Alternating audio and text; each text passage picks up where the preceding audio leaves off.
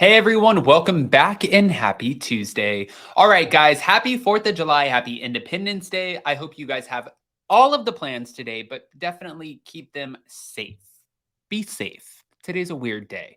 Make sure you watch your drinks, be careful when you're driving. You guys get the whole point. Now, we're not back to talk about that. We're back to talk about the fact that why can the cast of The Real Housewives of New Jersey not get their stuff together to be able to film together when right now I feel like we're missing so many moments that would be very vital to a storyline.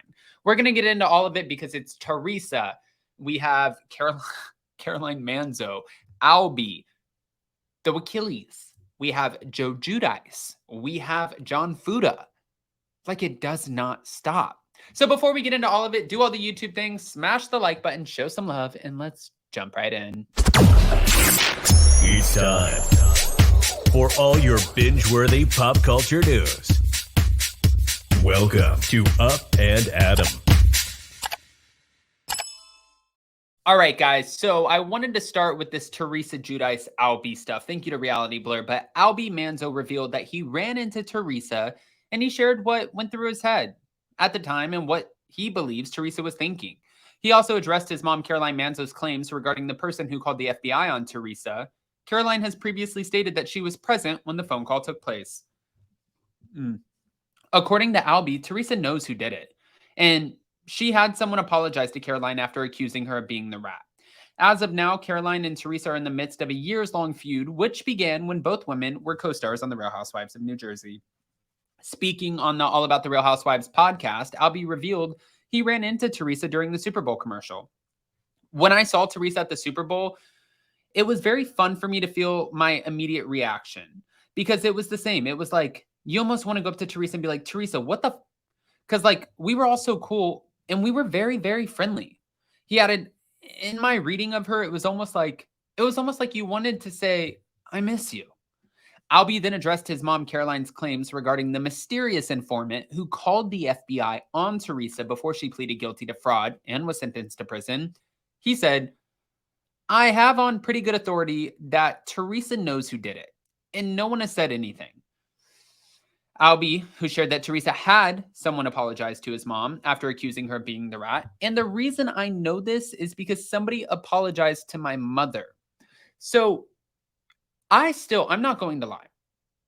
Yes, Joe Giudice at the end of the day is the reason you ended up going to prison, right?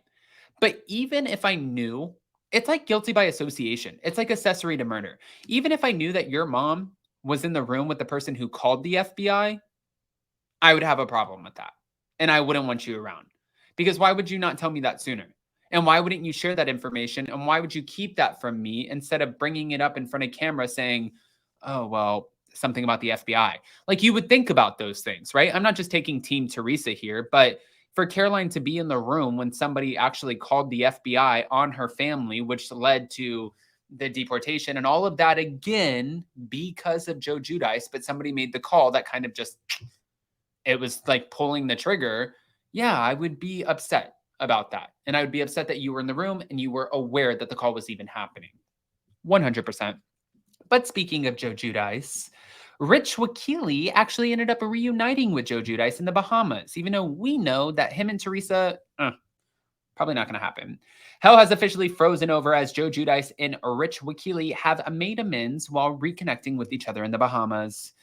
The alums recently reunited in the Bahamas and decided to put the past in the past. Rich was recently vacationing in the Bahamas and decided to meet up with Joe Giudice, who currently resides there. The two acknowledged their past issues and decided to move forward. After hashing things out, Rich and Joe spent the next day together drinking and hanging out on the boat. An eyewitness reached out to All About the Real Housewives about Joe and Rich's reunion and had the following tea to spill. Joe and Rich have been together a lot. I don't know who this woman is with him. Rich is not very friendly at all. Joe, on the other hand, is seriously the best, but very handy. Anon, please. Well, I'm guessing she was a fan if you look at the photos. Now, Rich's reunion with Joe Giudice comes weeks after he publicly shaded Joe and Melissa Gorga on Instagram. And in late June, the husband of the former Real Housewives of New Jersey star, Kathy Wakili, posted on Instagram about fighting and forgiving family. The post said, "No family is perfect. We argue, we fight, and we even stop talking to each other at times. But in the end, family is family. The love will always be there.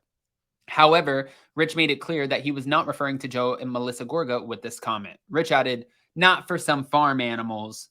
The farm animals dig, though. That refers to a comment that Rich and Kathy's son, Joe, another Joe, made about the Gorgas back in February of 2016, because Page Six put this out and they said, hashtag Victoria Wakili, the daughter of former New Jersey Kathy Wakili, got hitched, and notably her cousins, Joe Gorga and Melissa Gorga, were not in attendance. Tap the link in our bio to see the photos of the lavish affair.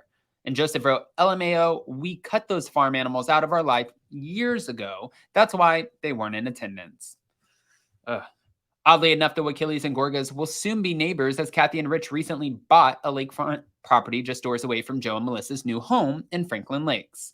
Now, speaking of Joe Gorga, he had his own reunion with Joe Giudice in the Bahamas earlier this year, and Joe Gorga shared a video of him and his former brother-in-law hugging after running into each other at a bar. He wrote, "Both walked into the same bar simultaneously. A lot of history. We have memories since we were kids. I'm happy he's doing well and looks good. We were both happy to see each other and catch up. Glad someone caught it. Hashtag life. Hashtag RHONJ."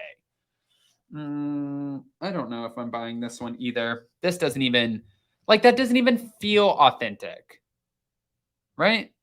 Speaking of that, let's get into this too, because John and Rachel Fuda's teen son is also speaking out about his birth mother feeling like a stranger. Jaden Fuda, the teenage son of the Real Housewives of New Jersey couple John and Rachel Fuda, says he feels significant distance from his convict birth mother after she discussed him in a series of jailhouse interviews. "I'm annoyed by Brittany making this public. My parents made a strong effort not to talk about her shortcomings or bash her. I have no feelings of anger or animosity toward her. She's a stranger to me." Wow. The high school student who made his reality TV debut this year on the Real Housewives of New Jersey when his stepmom turned adopted mother Rachel joined the Bravo show told Page Six that his parents have repeatedly asked him if he would like to visit Brittany behind bars, but he's declined. "I say no. I wish her well and hope she stops trying to reach out to me while bashing my mom and dad." Brittany, who is currently serving prison time at a halfway house for a succession of crimes, including burglary, money laundering, possession with intent to distribute, crystal methamphetamine in the first degree, claimed back in May in an interview with The Sun that John banned her from seeing Jaden. John told Page Six that's not true. He said Brittany's correspondence with the tabloid as it was a targeted smear campaign, and also that affected their son. "We have not responded in order to avoid giving the story clout, but against Rachel and my wishes, our son Jaden decided that he would want us to respond and add a comment." It was revealed on May 16th that Rachel had officially adopted Jaden after the early stages of the process played out on the show. I mean, good for her. And if the son is saying this, he's a teenager. I don't feel like he knows who was more there for him as a parent. He knows who was more there for him as a mother. He can see this. Kids are really smart. I don't think that he's jaded in this. His mother, unfortunately, made a series of bad choices that landed her exactly where she is. And she's not taking care of him from where she is. You know who is? His father and Rachel Fuda. So if he's calling Rachel his mother alone, I just know alone, that's a big deal. When I had stepmoms, I wouldn't even say I love you because I felt like I was betraying my mom in some weird way. And I wouldn't call them mom. I wouldn't even say Happy Mother's Day because I felt like it was a betrayal. So a kid is not going to switch over if you have just been this great stand-up mother. The loyalty would be there.